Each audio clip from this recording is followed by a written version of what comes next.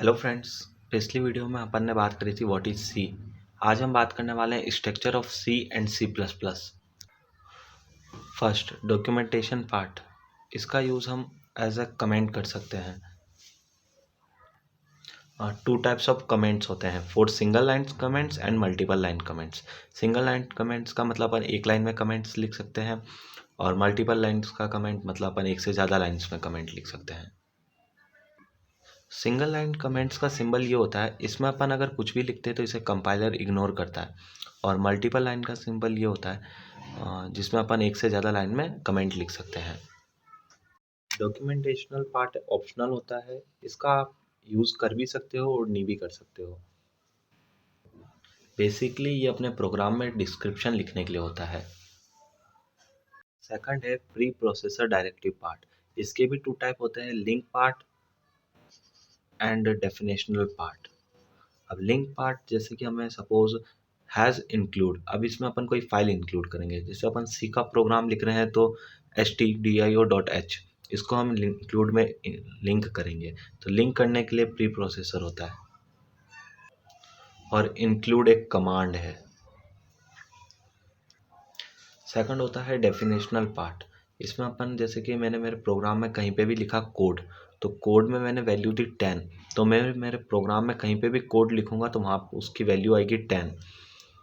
तो ये एक तरीके का डिफाइन करता है जो अपन ने कोड में 10 की वैल्यू डाली है। अब इस कोड की जगह पे आप ए भी ले सकते हो, बी भी ले सकते हो, कुछ भी ले सकते हो। थर्ड है ग्लोबल डिक्लेरेशन पार्ट। इसमें आते हैं variable, function, structure and class. अगर ग्लोबल डिक्लेरेशन पार्ट में लिखा गया है तो अपन वेरिएबल का यूज़ कहीं पे भी कर सकते हैं। सेम फंक्शन में भी यही है, फंक्शन को अगर अपन ग्लोबल डिक्लेरेशन पार्ट में लिखते हैं तो अपन इसको कहीं पे भी लिख सकते हैं। स्ट्रक्चर का यूज़ भी अपन अगर ग्लोबल डिक्लेरेशन पार्ट में करें तो इसको अपन कहीं पे भी यूज़ कर सकते हैं। और फोर्थ है क्लास। क्लास का यूज़ अपन सी प्लस प्लस में कर सकते हैं, सी में नहीं कर सकते हैं।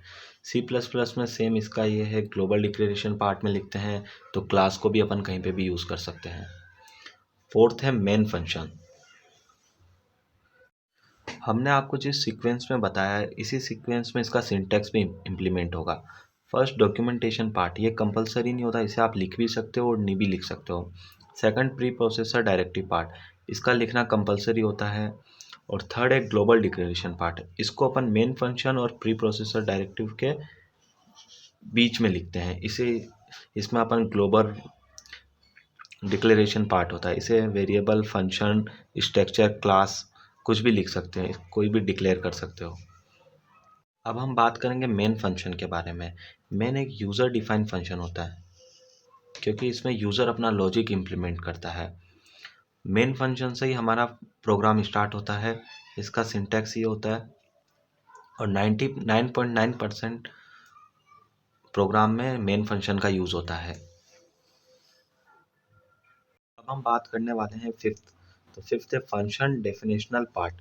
ये ऑप्शनल होता है क्योंकि अपन ने ग्लोबल डिक्लेरेशन पार्ट में ही फंक्शन को डिक्लेयर और डिफाइन कर दिया है, तो इस पार्ट की हमें ज़रूरत नहीं पड़ती।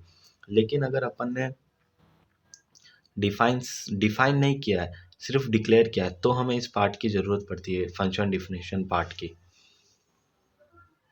अब हम सी और सी प्लस प्लस के एक्चुअल स्ट्रक्चर के बारे में बात करते हैं जो हम प्रोग्राम में लिखते हैं। फर्स्ट है हैज़। हैज़ एक प्री प्रोसेसर डायरेक्टिव है और इंक्लूड एक कमांड है, इसलिए हम इसे प्री प्रोसेसर कमांड भी कहते हैं।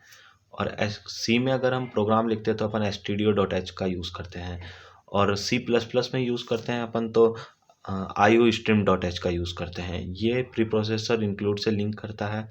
फिर आता है रिटर्न टाइप मेन। तो इनमें दो होते हैं, एक इंट और एक वॉइड। अगर हम इंटीजर लेते तो अपन को इंटीजर वैल्यू रिटर्न करनी होती है, और वॉइड लेते हैं तो वॉइड वैल्यू लेस होता है जिसमें हमें कोई भी वैल्यू रिटर्न नहीं करनी होती। मेन में भी टू टाइप्स होते हैं, लोकल डिक्लेरेशन और स्टेटमेंट। लोकल डिक्लेरेशन में हमें वेरिएबल को लिखना होता है, और स्टेटमेंट में हमें आउटपुट इनपुट लिखना होता है। जैसे कि सी का होता है प्रिंट एफ स्कैन एफ, और सी प्लस प्लस का होता है सीक आउट ऑब्जेक्ट। तो प्रिंट एफ में हम कोई भी वैल्यू आउटपुट में लेनी है तो लिख सकते हैं। ये होता है ओपन कर्ली ब्रेसेस, ये होता है क्लोज कर्ली ब्रेसेस। तो आई होप आप लोग सी और सी प्लस प्लस का स्ट्रक्चर समझ गए होंगे। तो thank you for watching this video.